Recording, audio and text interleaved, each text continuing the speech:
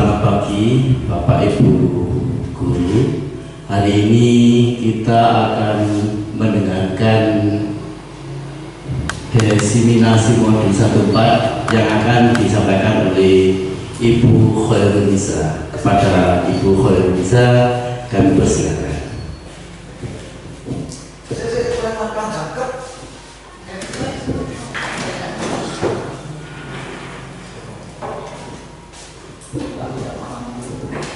Bismillahirrahmanirrahim. Assalamualaikum warahmatullahi wabarakatuh. Waalaikumsalam.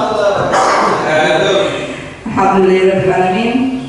Pertama, marilah kita panjatkan puji syukur kehadirat Allah Subhanahu wa Ta'ala yang telah melimpahkan rahmat dan karunia-Nya sehingga kita semua bisa berkumpul dalam ruang kelas ini dalam keadaan sehat walafiat. Tak lupa sholawat serta salam selalu kita haturkan kepada junjungan kita Nabi Muhammad Sallallahu Alaihi Wasallam yang telah memberikan suri tauladannya sehingga kita bisa membedakan mana yang hak dan mana yang batil. Bapak Ibu sekalian, pertama saya ingin mengucapkan terima kasih karena Bapak Ibu Guru semuanya telah meluangkan waktunya sehingga berkenan untuk hadir dalam acara diseminasi modul 1.4 tentang budaya positif.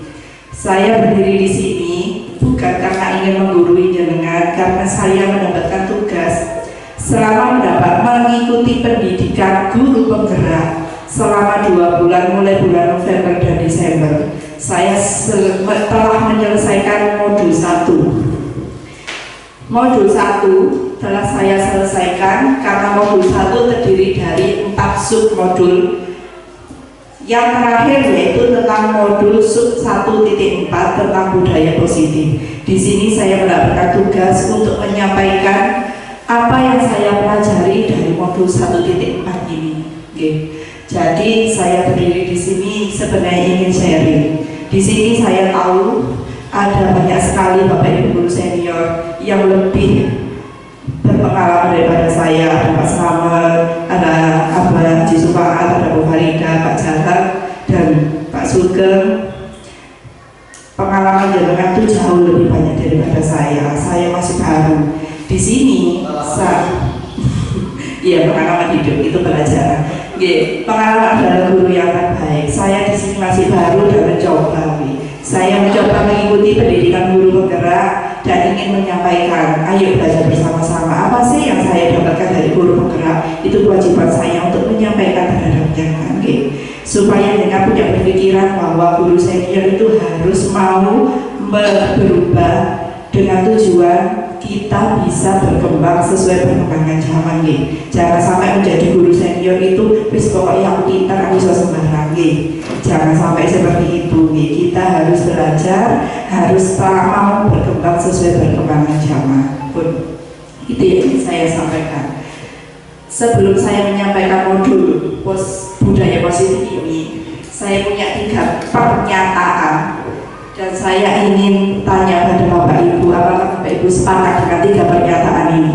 Yang pertama, pernyataannya adalah hukuman dapat mendisiplinkan anak. Setuju atau tidak? Hukuman dapat mendisiplinkan anak. Setuju atau tidak?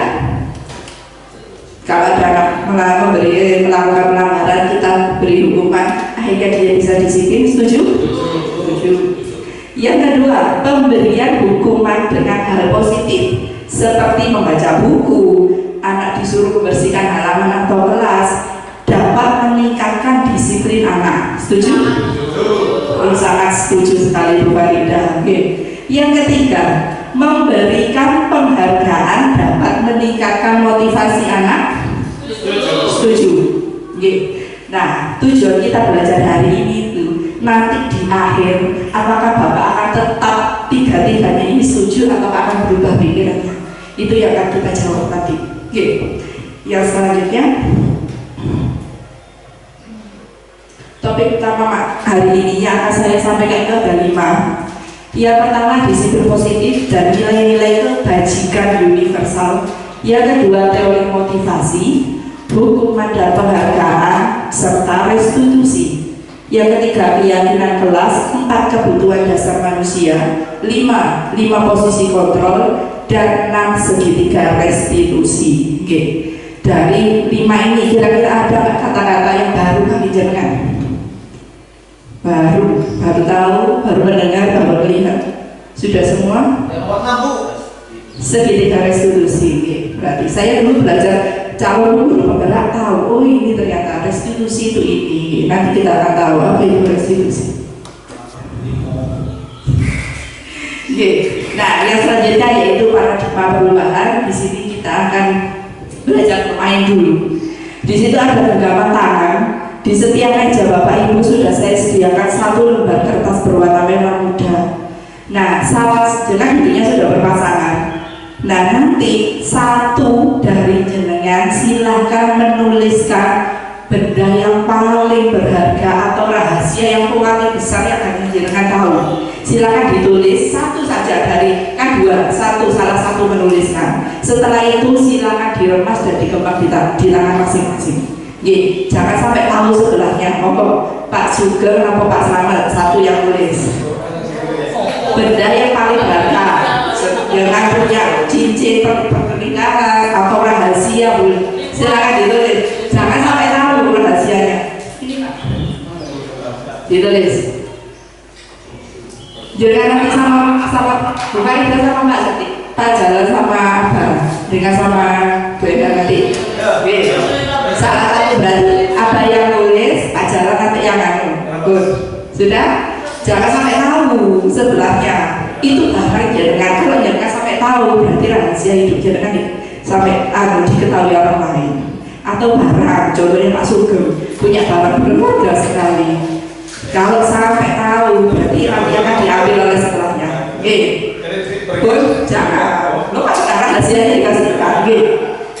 Sekarang silakan genggam erat rahasia jangan itu atau benda berharga itu sekuat tenaga. Setelah itu teman pasangannya silakan merayu, menyogok, mengancam untuk mendapatkan itu. Boleh memaksa apapun boleh. Mulai dari yang halus sampai yang keras boleh. Silakan dicoba. Harus dapat bagaimana caranya harus didapatkan. Boleh. Sampai dapat berusaha sampai dapat. Iya, dia itu kan apapun boleh, yang penting kan harus bisa mendapatkan. Boleh pakai uang boleh.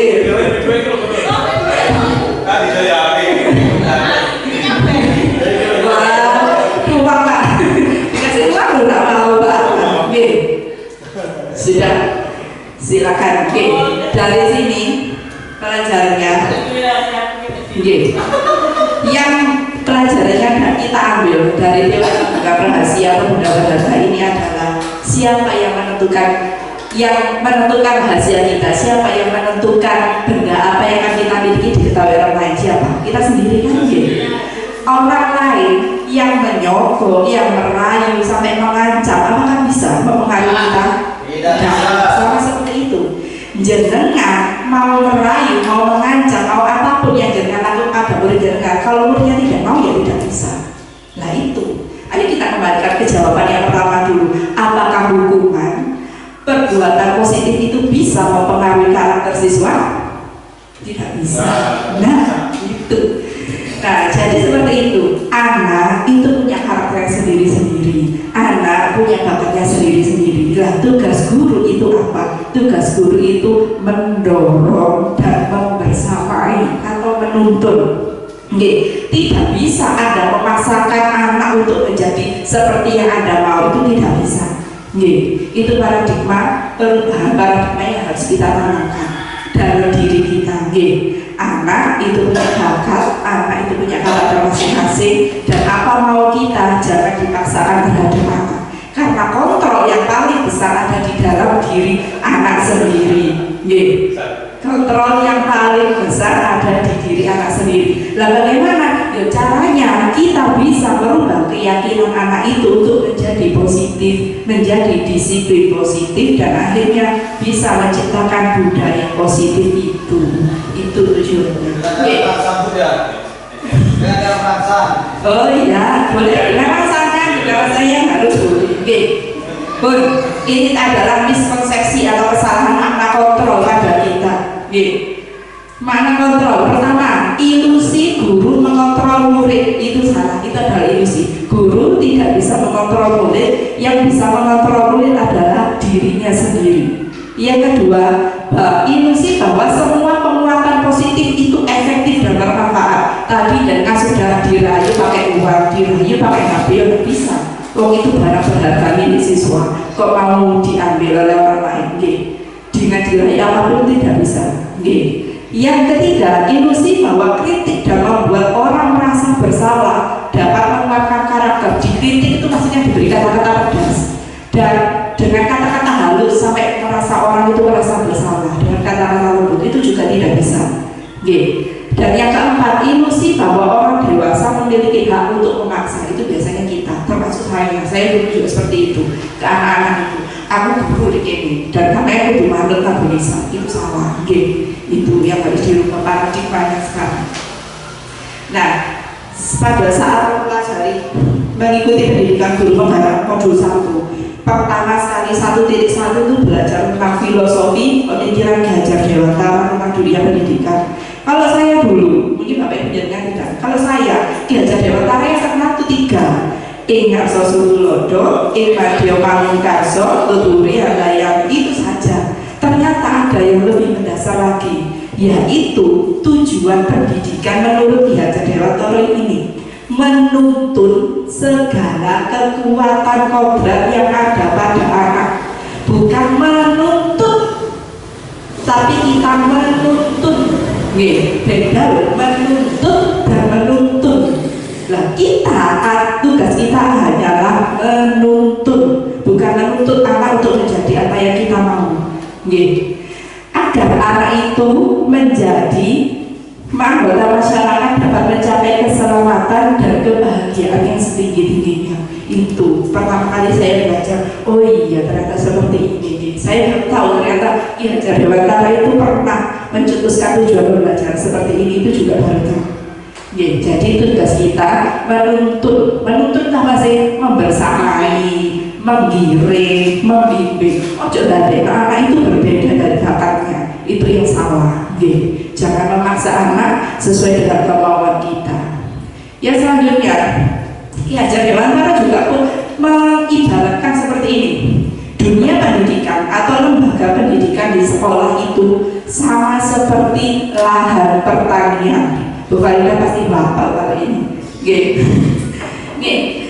Sekolah itu sama dengan sawah, sama dengan lahan pertanian. Petani adalah guru dan benih tanaman yang akan ditanam itu adalah murid. Kalau seorang petani mau menanam jagung, contohnya jagung Jawa mau ditanam, nanti dia berharap nanti besarnya itu apakah bisa tumbuh untuk menjadi jagung manis? Kalau tidak bisa, Bu Farida lebih pintar yang pasti yang berpengalaman. Kalau jagung Jawa yang ditanam, pasti nanti panennya juga jagung Jawa. Tidak mungkin seorang petani itu bisa merubah kodratnya seorang jagung, sebuah tumbuhan jagung. Kita petani hanya bisa berusaha memberikan yang terbaik supaya dia bisa menjadi bibit yang unggul, menjadi jagung yang unggul dengan memberi pupuk, mengolah lahan, menyirami. Nah, sama seperti kita tidak bisa merubah kodrat siswa. Kodrat anaknya memang suka bermain, kita mau merubah dia untuk menjadi anak yang diam, itu salah. Tuntunlah dia, berdampingi dia untuk menjadi pribadi yang lebih baik. Bapak Ibu mungkin pernah mendengar seperti ini, anak yang lahir itu seperti kertas putih. Pernah mendengar itu? Nah, jadi kertas putih, orang tua atau guru yang memberi coretan itu yang menentukan anaknya nanti jadi apa. Jika coretannya baik, dia menjadi baik. Jika coretannya jelek, menjadi jelek. Padahal itu semuanya sudah tidak berlaku lagi. Anak yang lahir itu lahir seperti kertas yang sudah ada tulisannya tapi samar. Samar itu tidak jelas. Ya kita tugas guru aku menebalkan karakter itu, karakter yang samar itu yang baik kita tebalkan biar menonjol. Lah karakter yang jelek itu pasti ada. Apa kita bisa hilangi? Tidak, tapi bisa diminimalisir, jangan sampai muncul lebih dominan daripada yang baik tadi. Itu tujuannya. Jadi anak itu bukan kertas kosong putih yang tidak punya apa-apa, jadi kita bisa membentuknya semau kita tidak. Mereka sudah punya bakat, sudah punya tulisan kertas itu, tinggal kita mengasahnya, tebalkan yang baik itu. Itu paradigma pendidikan yang harus kita rubah. Saya juga mulai berubah. Saya baru belajar, monggo sama-sama belajar. Saya ingin menyampaikan, oh ini loh ternyata paradigma kita harus berubah. Pun yang selanjutnya tentang apa itu disiplin positif. Jika mendengar kata disiplin, bukan disiplin positif, disiplin apa yang ada tersirat di pikiran aku hati dengan disiplin. Selalu ikut tepat waktu. Tepat waktu, selalu tepat waktu. Terus kalau tidak tepat waktu, kurang disiplin, mendapat hukuman. Terus apa lagi? Disiplin, patuh, ya, patuh pada peraturan dan aturan. Padahal arti kata disiplin itu bukan itu. Arti disiplin itu apa sih? Anak atau seseorang yang bisa mengontrol dirinya sendiri, yang bisa bertanggung jawab pada dirinya sendiri, itu yang namanya disiplin. Jadi disiplin itu jangan dibuat oleh kita, tapi buatlah dari mereka. Biar mereka yang melakukan, karena itu berasal dari dalam hatinya. Biar dia yang berlatih untuk mengendalikan dirinya supaya dirinya tidak melanggar disiplin diri dalam dirinya. Itu yang harus kita tanamkan. Jangan membuat peraturan yang dari kita seorang guru. Peraturan itu dibuat oleh murid. Kita tinggal menyepakati. Kalau dia melanggar, kembalikan ke anaknya. Tadi dulu sama membuat peraturan apa, membuat keyakinan apa, membuat kesepakatan apa. Itu. Jangan membuat kata disiplin itu menjadi kata-kata peraturan yang dibuat oleh guru saja. Pun dari sini apa ada yang ditanyakan? Sudah, kita lanjutkan.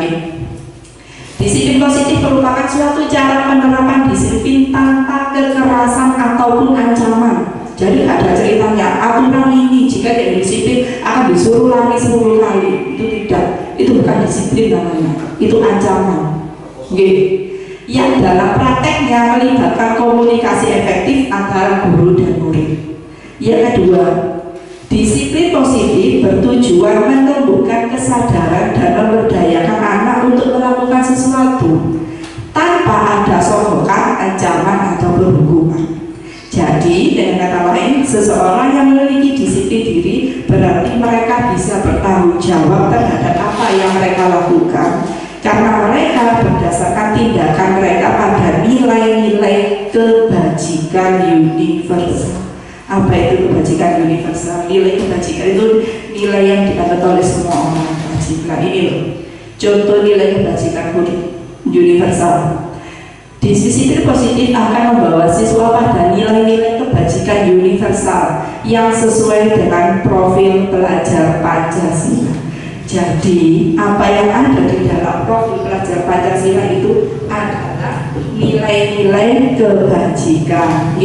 Profil pelajar Pancasila itu ada apa saja? Yang pertama beriman dan bertakwa kepada Tuhan Yang Maha Esa.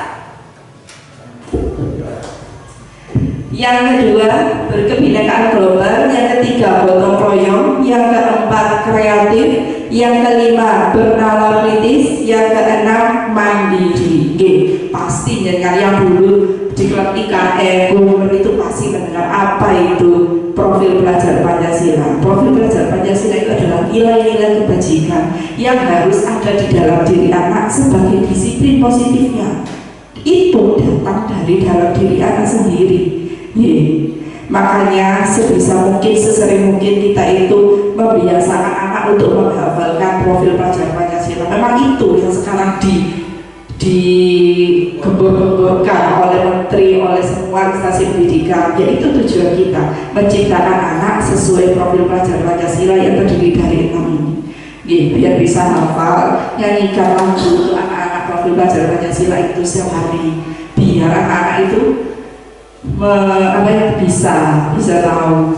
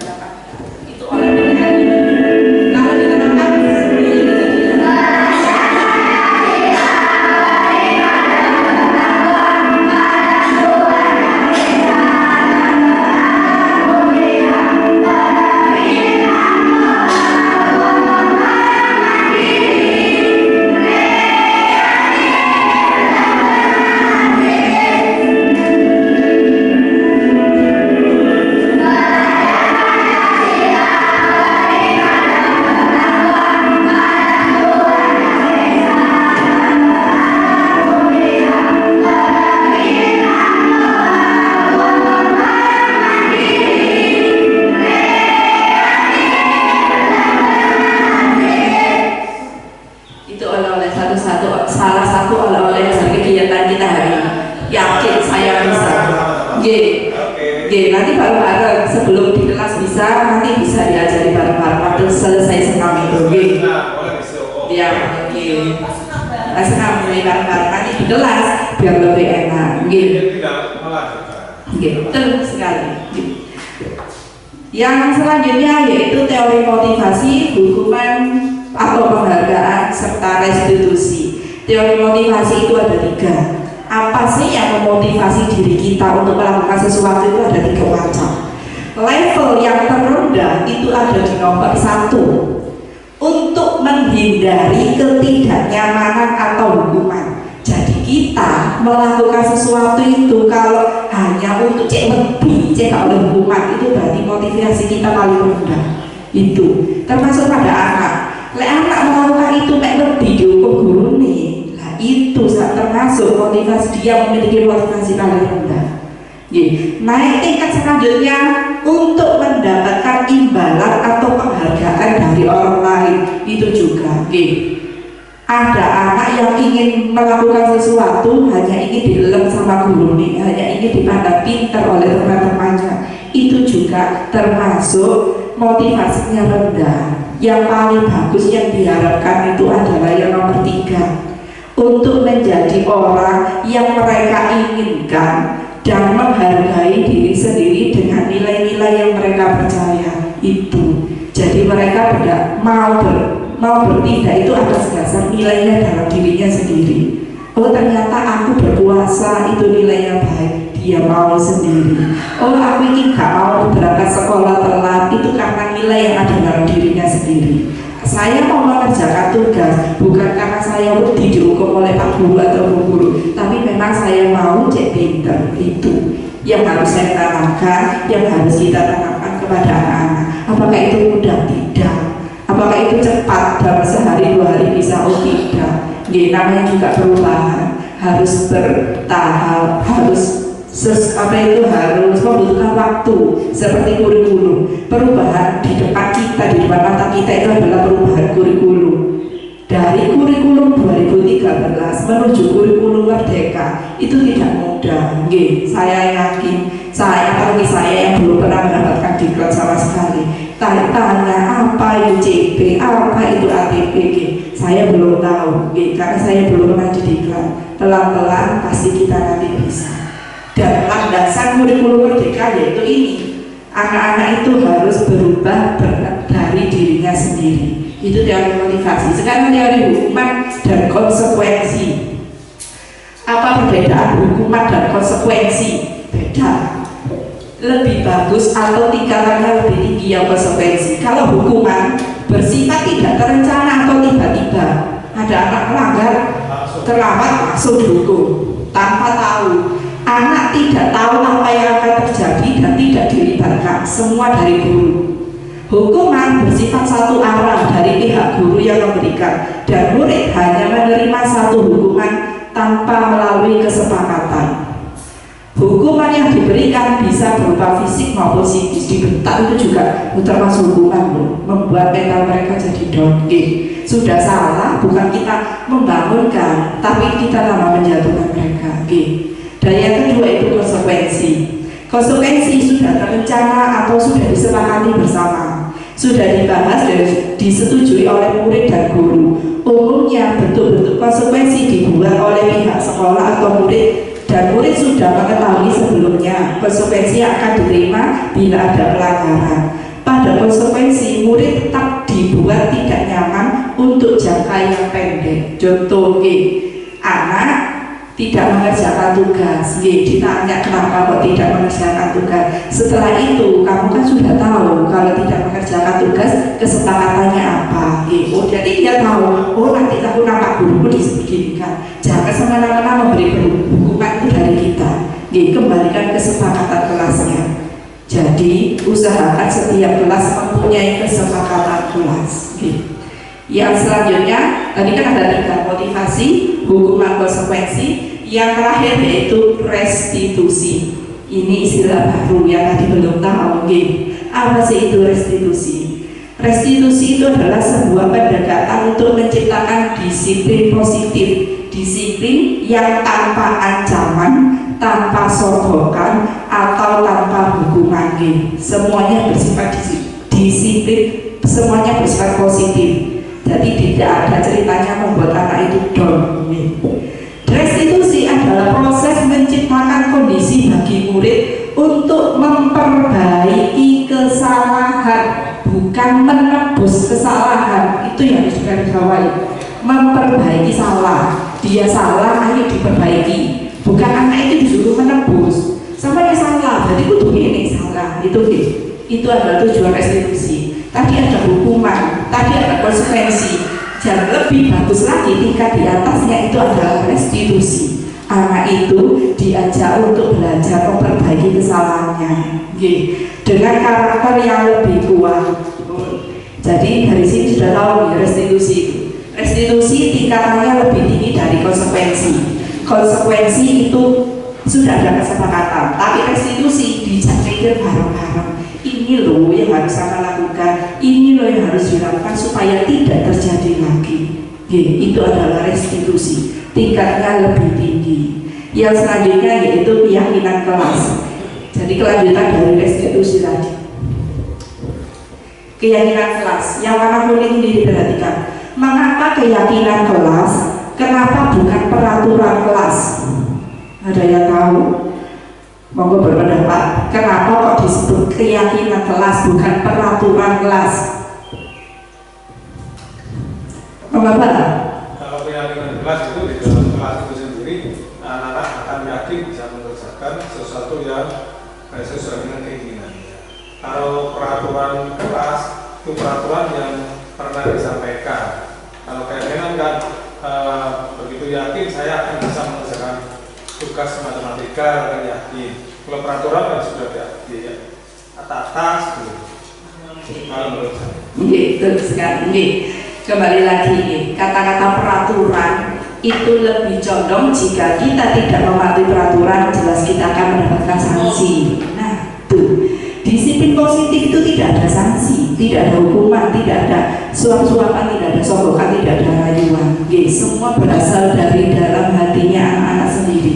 Makanya kita jangan membuat peraturan kelas, melainkan membuat keyakinan kelas. Caranya sudah saya lakukan kemarin. Anak-anak itu pertama kita berikan kertas kecil. Anak-anak mengusulkan peraturan. Anak-anak mengusulkan peraturan. Anak kan belum tahu apa itu keyakinan. Anaknya mengusulkan peraturan. Peraturan apa yang sangat kepingin di dalam kelas ini supaya kelas ini itu baik, tidak gaduh, tidak ada yang bertengkar. Mereka menulis sendiri. Saya kemarin minta boleh 2, boleh 3, boleh banyak. Pokoknya sesuai kemampuan sampai untuk melakukan. Anak-anak menuliskan semuanya. Setelah itu mereka menempelkan semua di tempat tulis. Setelah itu tugas saya membacakan. Oh ini sampai 12 anak. Setelah itu kita sepakati, oh berarti dari 12 anak ini setuju. Di kelas tidak ada yang terlambat. Di kelas tidak ada yang berbicara kotor. Di kelas tidak ada yang berkelahi.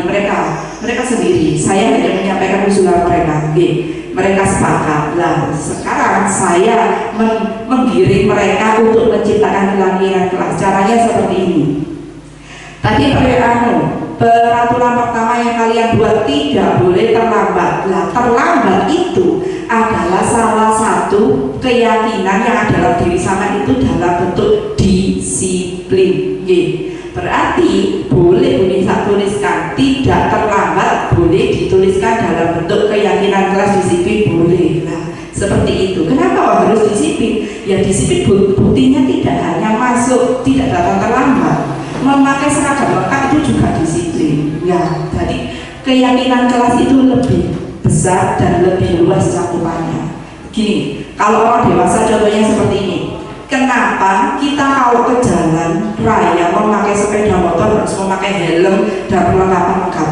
Itu kenapa? Agar selamat. Berarti selamat itu adalah keyakinan jenengan biar tidak terjadi apa-apa di jalan. Berarti peraturannya memakai atribut berkendara lengkap itu peraturan, keyakinannya keselamatan. Satu lagi, pada saat masa COVID dulu beberapa tahun yang lalu, Anda mendapat peraturan seharus memakai masker jika keluar rumah. Kenapa kok harus memakai masker? Menghindari COVID. Alasannya yaitu satu, kesehatan. Keyakinannya yaitu kesehatan. Itulah keyakinan kelas G. Jadi cara membuat keyakinan kelas di dalam kelas dengan masing-masing nanti giring anak-anak membuat peraturan yang mereka inginkan, yang mereka bisa. Setelah itu kita giring membuat keyakinan kelasnya. Seperti kemarin sampai keyakinan kelas sudah saya tempel di level itu. Jadi itulah keyakinan kelas dari kelas 6. Tidak sama nanti keyakinan kelas di kelas 5, 1 sampai 5. Kelas 1 jelas tidak, belum tahu apa itu mandiri, maksudnya mandiri, hormat dan santun itu harus dikasih contoh dulu. Kelas 6 mungkin bisa lebih cepat. Jadi tugas Bapak Ibu sendiri yang menggiring anak membentuk keyakinan kelasnya itu. Itu. Jadi kalau ada pelanggaran kembalikan ke keyakinan kelasnya dulu sama membuat kok seperti ini. Di situ saya mencantumkan keyakinan kelas komitmen itu apa? Dia sudah berkomitmen untuk menjalankan. Jika melanggar, kesepakatan bersama untuk mengganti, memperbaiki kesalahannya. Seperti kemarin Bu Enda tanya, kenapa oleh kok tumben ngepel itu? Karena mereka pada saat saya tinggal, mereka itu lempar-lemparan botol. Akhirnya botolnya berantakan. Padahal baru dibuat kesepakatan kelas G. Nah, terus bagaimana sekarang untuk memperbaiki kesalahannya? Ya Bu, kita mau memperbaiki kesalahan kita dengan cara bersih-bersih sekalian mengepelnya monggo. Itu saya tadi tidak menyuruh anak-anak sendiri. Oh, saya membuat kotor kelas ini, mereka sendiri yang membersihkan atas kemauan mereka. Itu pengalaman saya kemarin. Monggo ditiru dan diterapkan di kelas dengan masing-masing. Yang selanjutnya yaitu kebutuhan dasar manusia. Ini pasti sudah tahu. Kebutuhan dasar manusia itu ada 5. Yang paling penting itu kebutuhan bertahan hidup. Bertahan hidup itu hubungannya dengan kelangsungan hidup, berhubungan dengan makan, minum, pakaian, tempat tinggal. Yang kedua, kebutuhan kasih sayang. Dan ini biasanya disebutkan oleh, kita sudah pasti tahu kalau anak-anak biasanya menunjukkan seperti apa sih. Anak itu ingin cari perhatian ke bapak ibu gurunya, ya pengen tampil bulat kayak bapak ibu guru itu. Dia itu pengen apa sih? Pengen disayang, pengen diperhatikan. Dan kita harus memenuhi itu termasuk kebutuhan dasar manusia. Ya selanjutnya kebebasan. Dia mau milih apa, dia mau apa, itu ada saatnya harus kita bebaskan. Tapi tetap dalam pengawasan kita. Ya selanjutnya kesenangan itu jelas usia anak itu pengen bermain, harus kita penuhi. Kita usahakan pembelajaran itu menyenangkan biar anak-anak bisa bermain. Dan penguasaan itu apa sih? Penguasaan itu lo tekku, itu lo karyaku, dan ini lo nilaiku. Itu patut dihargai dan itu kebutuhan bagi anak-anak. Iki lo konco-koncoku cek dulu itu lo. Itu adalah kebutuhan anak-anak, harus kita hargai. Itu kebutuhan dasar manusia yang ada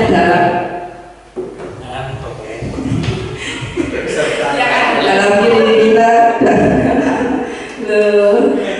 Saking terpesonanya sama saking ngantuknya ini.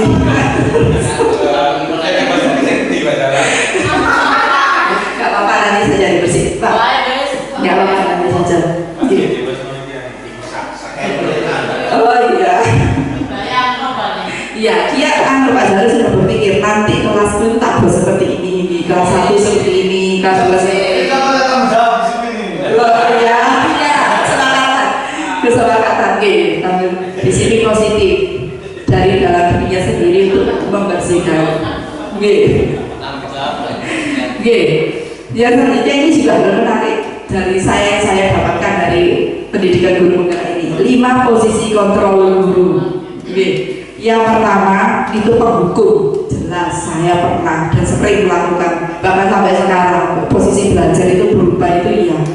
Penghukum, posisi penghukum itu kita sebagai guru ada anak bersalah langsung dihukum. Saya pernah, saya yakin bapak ibu juga pernah. Dan itu efeknya membuat anak itu down dan anak itu susah lupa, itu pasti. Ya selanjutnya membuat rasa bersalah. Rasa bersalah itu ya pasti kita itu memelas anak. Dona sama niku, wis dikasih kesempatan baik-baik. Budi satu udah memaafkan baik-baik, kok masih diulangi lagi. Itu namanya membuat rasa bersalah. Anak itu cek rasa bersalah gitu. Yang selanjutnya sebagai teman, kita berusaha akrab sama mereka. Anak-anak itu cek nyaman sama kita. Anak-anak nyaman, dia mau terbuka dan harapan kita mau mengikuti apa yang kita katakan atau perintahkan. Yang selanjutnya posisinya yaitu pemantau. Pemantau itu ada konsekuensinya. Guru memantau, oh anak ini melanggar. Akibatnya konsekuensinya ini. Jadi guru tugasnya hanya memantau. Yang terakhir yaitu manajer. Itu tingkat yang paling tinggi dan itu yang diharapkan. Manajer jika ada anak yang melakukan kesalahan, yang dilakukan adalah melakukan restitusi tadi. Itu jadi dari 5 ini kira-kira jenengan di posisi mana sekarang? Kalau saya dulu jawab, saya penghukum iya, pembuat rasa bersalah iya, teman iya. Kalau pemantau sama manajer saya percaya, saya belum. Kalau jenengan?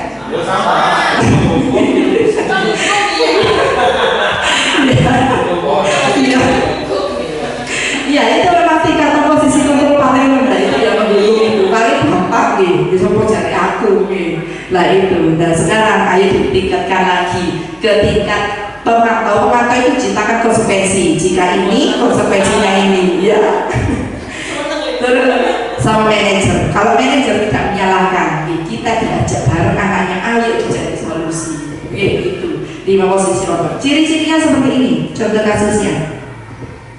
Contoh kasus Adi datang terlambat datang ke sekolah. Kalau sebagai penghukum begini, nadanya suara tinggi, bahasa tubuh mata melotot, jari menunjuk atau menghardik. Terlambat lagi, pasti terlambat, selalu datang terlambat.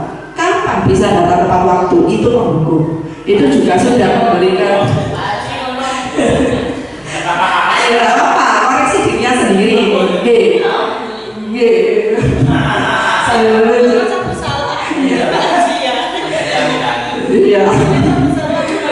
Ya, saya juga pernah seperti itu. Yang terakhir itu yang saya ingat itu Dava tidak. Sebelum saya ikut PGP ini, Dava tidak mengerjakan tugas dari saya. Saya langsung keluar nangis ya Allah. Padahal anak pintar langsung keluar ya nangis gitu. Padahal memang Yaitu salah saya nih. Kenapa kok tidak ditanya? Iya. Ya selanjutnya merasa bersalah ini, pembuat merasa bersalah. Suaminya banyak itu memelas, lalu sedih, bahasa tubuhnya merapat pada anak. Kata-katanya seperti ini, Adi, kamu ini bagaimana ya? Kamu sudah berjanji dengan ibu tidak akan datang terlambat lagi. Kenapa ya? Senang sekali mengecewakan ibu. Ibu benar-benar kecewa sekali. Nah itu. Jadi kita itu ngedek dulu lah, sama anak itu merasa bersalah. Berarti dia berteran dong. Yang selanjutnya kita akan lebih tinggi. Sebagai teman, dia itu radanya akrab, dia berapa sama murid. Ayo lagi, ayolah, bagaimana kamu sih? Kemarin kamu sudah berjanji ke bapak bukan? Kenapa terlambat lagi? Ya sudah, tidak apa-apa, duduk dulu sana, nanti Pak Guru bantu dulu. Sebagai teman.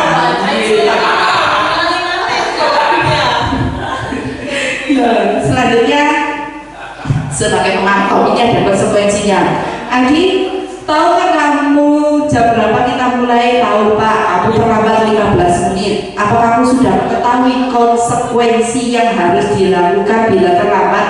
Paham Pak, saya harus tinggal di kelas pada jam istirahat dan mengerjakan tugas yang tertinggal. Tahu, kita cuma memantau, anaknya sendiri sudah tahu konsekuensinya. Lah itu pemantau tingkat lebih tinggi. Jadi harus dibangun kesepakatan kelas dulu biar anaknya tahu terlambat apa konsekuensinya, gaduh apa konsekuensinya, berkata kotor apa konsekuensinya. Itu harus disepakati bersama dulu. Biar kita lebih tingkatnya lebih tinggi menjadi pemantau. Jika pemantau sudah lancar, nah tingkat yang paling tinggi yang diharapkan oleh pemerintah yaitu sebagai manajer. Enak tidak hanya di kantor yang ada manajer, di sekolah itu yang ada manajer, guru.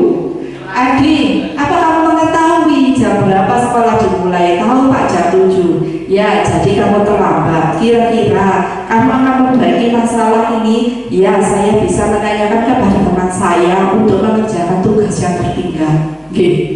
Baik, itu bisa dilakukan. Apakah besok akan ada masalah untuk kamu agar bisa hadir tepat waktu? Tidak Pak, besok saya akan hadir tepat waktu. Nah itu, kembalikan ke anaknya. Ayo kita ajari bagaimana memperbaiki kesalahan dia. Gitu.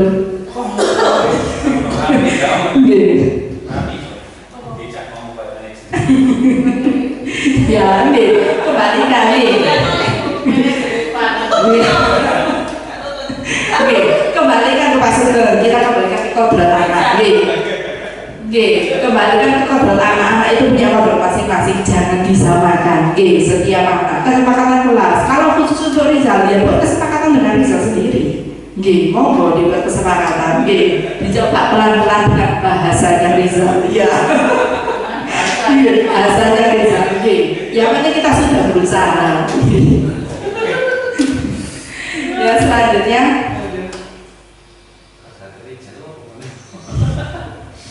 Ya, dia jangan tidak tahu nanti dia punya kelebihan sesuatu. Nah, panjang ya. Yang terakhir dari saya yaitu tentang segitiga restitusi.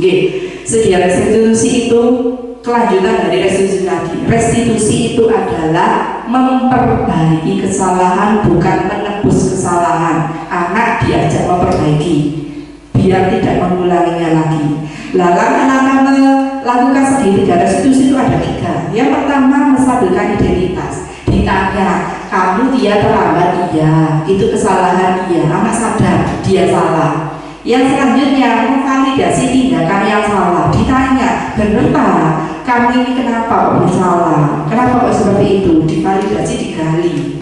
Yang selanjutnya yaitu menanyakan keyakinan, kembalikan kepada keyakinan yang sudah dibuat tadi. Keyakinan mana yang sudah sampai langgar dan bagaimana cara kita memperbaikinya. Nah itu. Dan saya sudah beberapa kali melakukan segitiga restitusi dan saya tampilkan video yang pernah saya buat. Moga disimak dan bisa ditiru nanti. Langkahnya ada 3 menstabilkan, validasi tindakan, dan menanyakan keyakinan.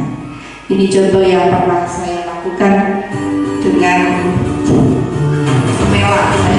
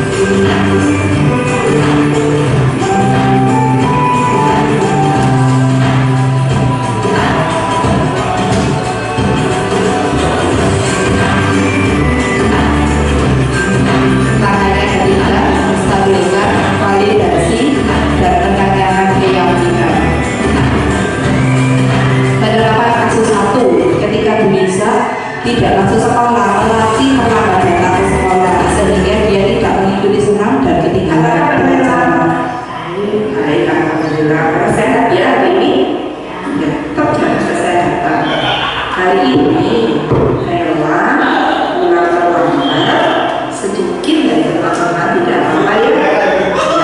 Hari ini bisa sedikit sama mama ya. Kemarin misalkan tidak datang ke sekolah karena tugas untuk mengikuti diklat sekolah, jadi tidak bisa datang ke sekolah.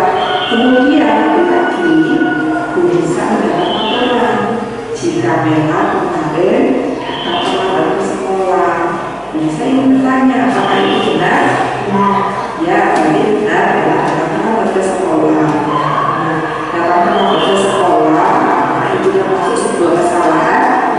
Ya, berarti memang menyadari bahwa mereka melakukan kesalahan. Ya, setiap orang itu pasti pernah melakukan kesalahan. Ini tahap menstabilkan identitas. Tidak apa-apa, maka itu melakukan kesalahan itu boleh dan itu wajar. Ya, tidak apa-apa. Tapi yang paling penting dari kesalahan itu kita harus mengambil pelajaran dan terjadi tidak boleh diulangi lagi. Itu yang paling penting. Sekarang bisa ingin tahu ceritakan mengapa bisa terlambat ke sekolah. Ini validasi tindakan kesalahan. Memvalidasinya kenapa kok melakukan kesalahan? Punya hajatan. Ya, tidak apa-apa. Di sini kita duduk bareng, bicara bareng. Tujuannya ini mencarikan solusi supaya memang tidak mengulangi kesalahannya lagi. Ya, gini dengan kata-kata itu melakukan kesalahan dan sudah kesepakatan kelas diteruskan ada apa saja dulu. Kita pernah membuat keyakinan kelas dan keyakinan kelas itu harus dilakukan oleh semua warga di kelas itu. Kita masih ingat atau tidak kesepakatan kelas keyakinan kelas yang ada di kelas ini? Apa saja contohnya?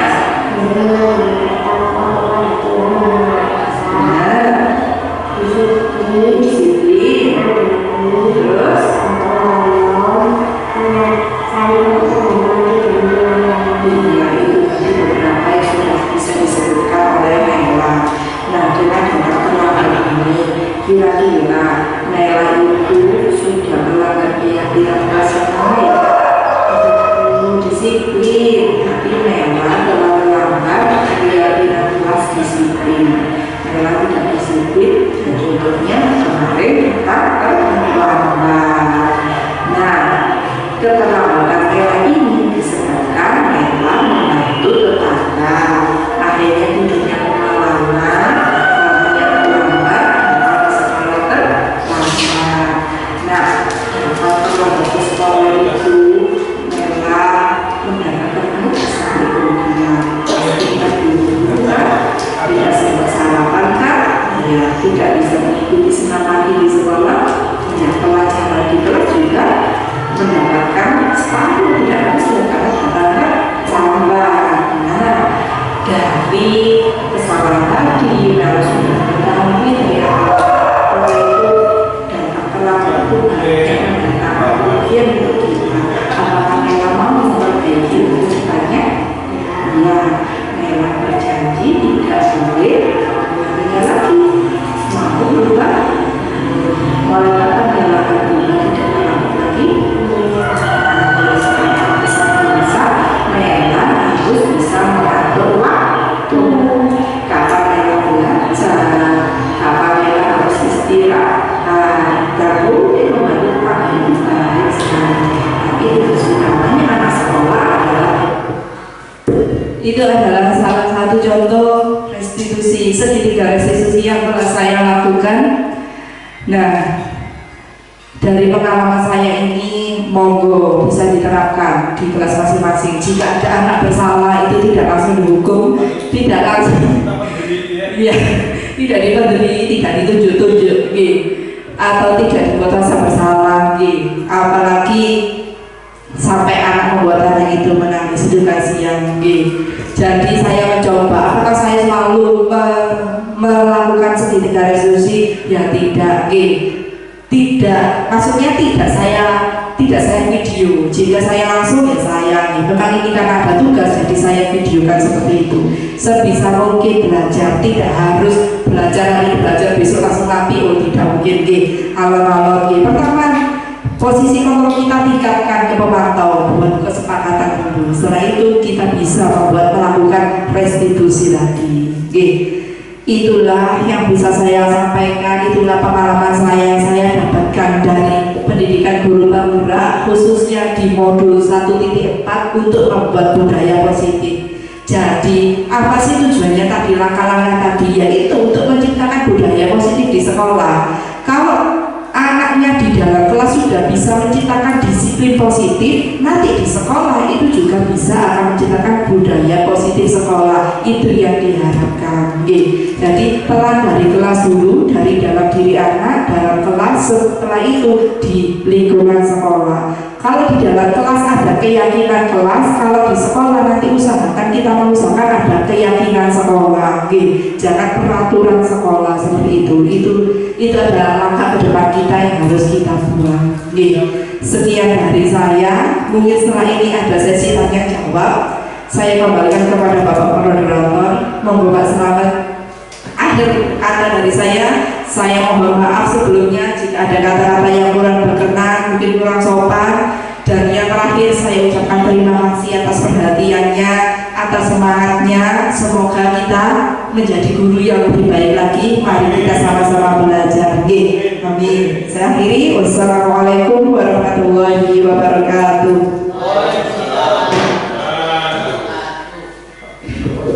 Baik Bapak Ibu Dewan Guru, demikian materi yang disampaikan oleh Ibu Khairunisa dari Diseminasi Modul 1.4 Budaya Positif. Baik Bapak Ibu Guru, mungkin pada hari ini ada yang kurang jelas atau belum paham bisa ditanyakan. Monggo untuk Pak Jalal, Pak Haji Supar. Saya jawab ini. Silakan ini. Ya, Pak.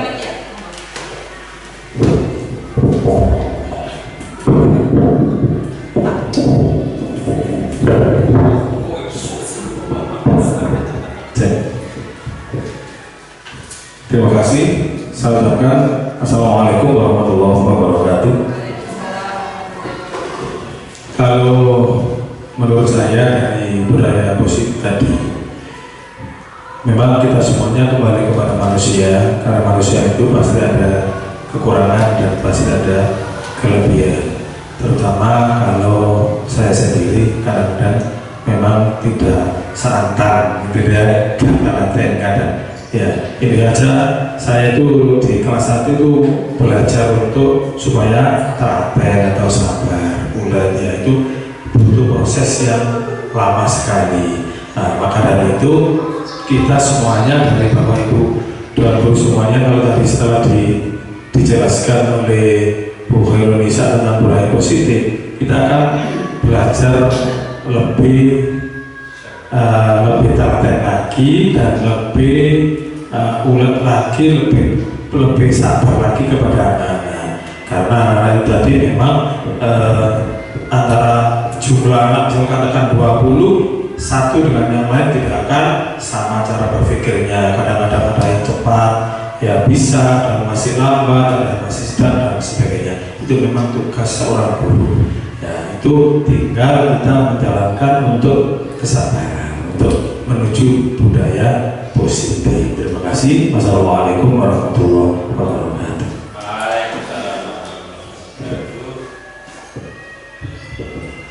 Demikian pengalaman-pengalaman yang sudah disampaikan oleh Haji Sufar. Mungkin dari Ibu Guru mungkin bisa mewakili Bu Enda. Ya, kami silakan untuk Bu Enda Kurniawati.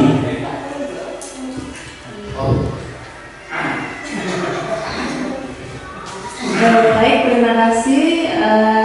Untuk diseminasi modul 1.4 tentang budaya positif yang disampaikan oleh Bu Khairunisa, banyak sekali manfaat dan pengalaman yang sebelumnya kita nggak tahu jadi tahu. Jadi nanti kita bisa menerapkan baik di kelas 1 sampai kelas 6, dan semoga anak-anak nanti bisa saling bekerja bersama, kemudian anak-anak juga bisa saling terbuka bahwa sekarang itu sudah zaman modern, zaman yang berbeda dengan waktu kita kecil yang sering mungkin kalau dulu kita takut sama guru, kemudian diberi hukuman atau apapun, tapi sekarang kan sudah beda. Jadi mulai hukuman sampai tadi diseminasi, apa tadi? Yang tahap tertinggi itu dari hukuman manajer sampai yang manajer. Moga-moga kita nanti bisa menerapkannya dengan baik dengan kerjasama dari siswa-siswa di setiap kelas kami. Itu aja yang bisa saya sampaikan. Assalamualaikum warahmatullahi wabarakatuh.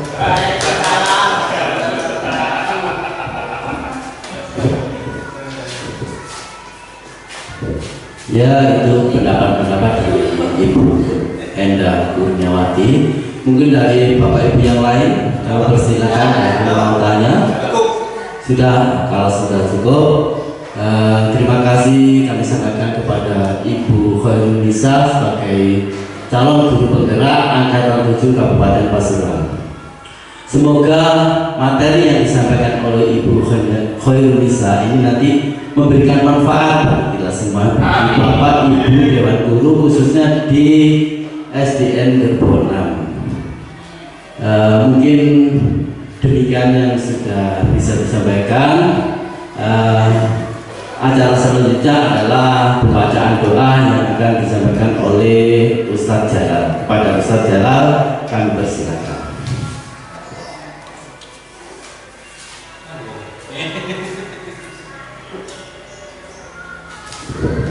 Assalamualaikum warahmatullahi wabarakatuh.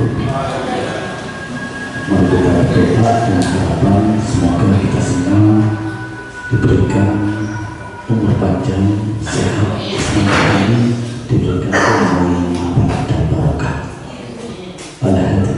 Al-Fatihah.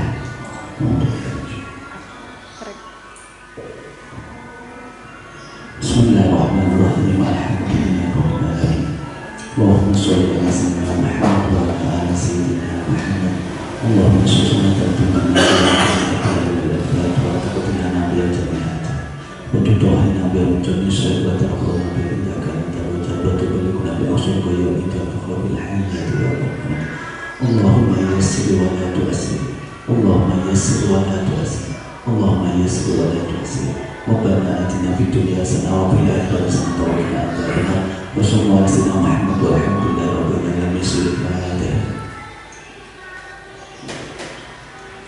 Assalamualaikum warahmatullahi wabarakatuh.